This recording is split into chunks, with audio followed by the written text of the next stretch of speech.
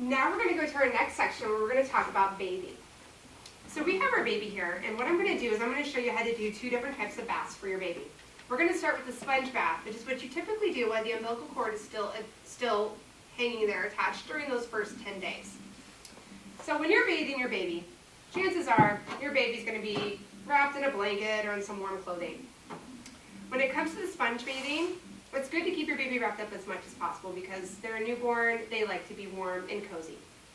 Now, before you start bathing, it's important that you be prepared because you can never leave a newborn unattended when you're doing any sort of bathing with a baby. So I just like to kind of have everything together and in one spot to begin with.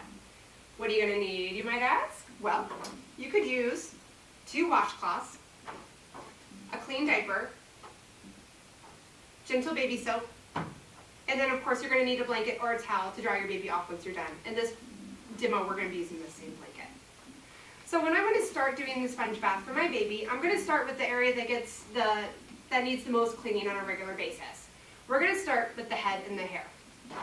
So what we're going to do is we would have a washcloth. We would put a little bit of gentle cleanser on it, maybe just like 1 little drop. Add some water to it. And we're going to do some gentle cleansing of the head, behind the ears, under the neck, around the cheeks, and then we're going to flip our washcloth over so it's not on the soapy side. And we're going to do a wipe across each eye because at this age with newborns, a lot of times they can have some difficulty with the tear duct draining properly. You're going to sponge bathe the head and the neck every day. The next area we're going to go to is the body. This area does not need to be sponge bathed every day. Every couple of days is fine. You'll probably do it just once or twice before the umbilical cord falls off. So again, we're going to put 1 more drop of cleanser on our baby washcloth, and we're going to wipe the arms and the body. See how I'm taking off the blanket slowly? So that way my baby stays warm in the parts that I'm not cleaning. It helps your baby stay comfortable and keeps your sanity because your baby will cry and get fussy. And that just makes you nervous and anxious. So we're going to do this part. After we've got the torso done, we're going to take our second washcloth, dip it in some clean water, and wipe off any of that gentle soap that we had just used on our baby. And finish with the top part. I'm going to cover my baby back up on top, and now I'm going to do the legs. Soapy washcloth, torso, legs, make sure you get the bottom. Clean, wet washcloth. And we are done with our sponge bath. I'm going to wrap our baby back up in our towel, nice and warm and cozy, and give him a nice little cuddle. Yes? Probably a silly question, but how do you know what soap to use? You're saying a gentle cleanser. What was that? Well, what you're going to be looking for, and that's a very good question about which kind of soap is the best one or is a appropriate one to be using on a baby. Johnson & Johnson's makes a baby wash. Ivory soap is another one that you can use as well. You're looking for something that's hypoallergenic with no perfumes, no dyes, and is very, very simple. As a matter of fact, when I used soap with my babies, I actually would take a little bit of the Johnson & Johnson's or Ivory, mix it with water so that it was actually not as concentrated, and then I would put that on my washcloth because you're just looking for a couple of tiny bubbles just to kind of help out. Yes? And one more thing, how do you wash around the umbilical cord? Oh, that's a very good question. When you're doing around the umbilical cord, you just want to make sure that you're getting around the area and that you're not irritating or moving the umbilical cord a lot. So you're just going to mainly take the washcloth, put your finger under it, and you're just going to wrap and do a wipe around. That's what you're mainly going to go for. Thank you. You're very welcome. So now that we've done the sponge bath, now we're going to be able to move on to the next area where your baby's umbilical cord has fallen off. Again, normally about 10 days later that'll happen where the umbilical cord falls off naturally. And we're going to move into your baby's first bath. This is a lot of fun. And you can do this in a lot of different options. You can do it, some people like to do their first bath in a sink. Some individuals like to use a small basin tub. Some people put a small tub within their actual bathtub. You just do whatever you're comfortable with as a family.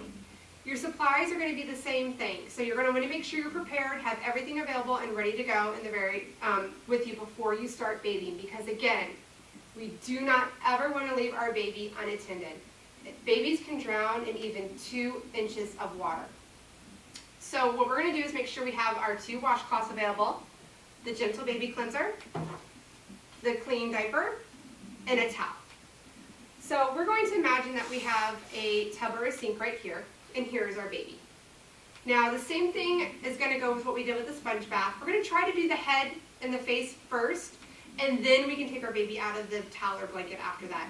Again, you don't have to do it this way, but this actually does help your baby be a lot more comfortable, warm, and snug while you're doing the bathing. So what we're going to start with is the wet washcloth with a little bit of soap. And we're going to just wash over the face, the cheeks, the nose, the neck, the ears. Again, a side with no soap on the washcloth is going to wipe the eyes. And when we do the head, it's a little bit different now that we're not doing the sponge bath. We're going to actually place 1 to 2 drops in our hand, or 1 drop on the baby's scalp. We're going to do some massaging. And then the way that you're going to get the soap off of the baby's hair, and this is very important, you're either going to need to have a cup to pour the water over the head in this direction, or you can use the spout to the bathtub or the sprayer from the sink, whatever is available to you. The reason I said it's important to have it pour this way, babies do not like water in their face. It's a very startling thing to them, and it takes a lot for comforting after that. So it's very important that you keep the water going in this direction when you're cleaning your baby's hair. Now, if a little bit goes in the other direction or your aim is a little bit off and you get some water in your baby's face, it's okay. Just immediately wipe it off with the dry washcloth.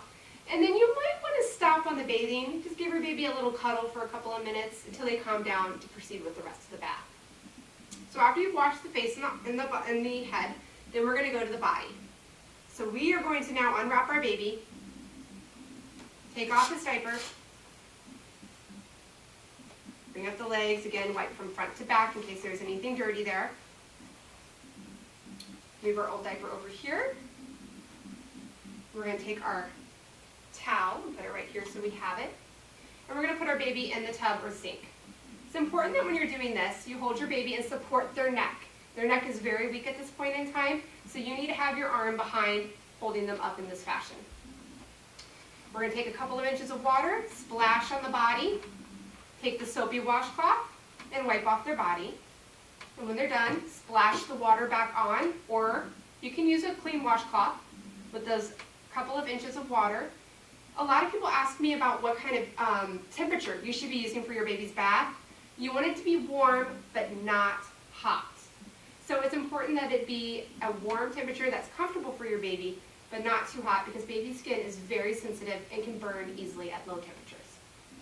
So once you're done bathing your baby, we are going to hold them up and wrap them in our towel. Your baby's going to love this part because, again, they like to snuggle with you. It's their favorite thing in the whole world.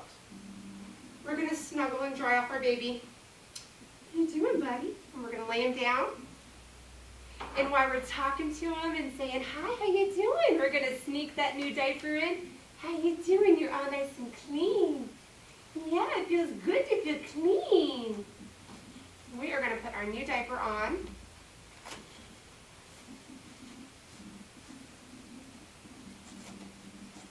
And wrap our baby back up nice, warm, and snug. And give him some more lovies and snuggles. And there we go. We've done our bath. So again, the sponge bath, while the umbilical cord is still attached, you're going to do a couple of times until the umbilical cord comes off. And then you're going to be doing baby baths. Your baby does not need to be bathed every day. Once every 2 to 3 days should be sufficient. If it seems to irritate your baby's skin, I would suggest lowering the amount of times that you're bathing your baby and check in with your pediatrician.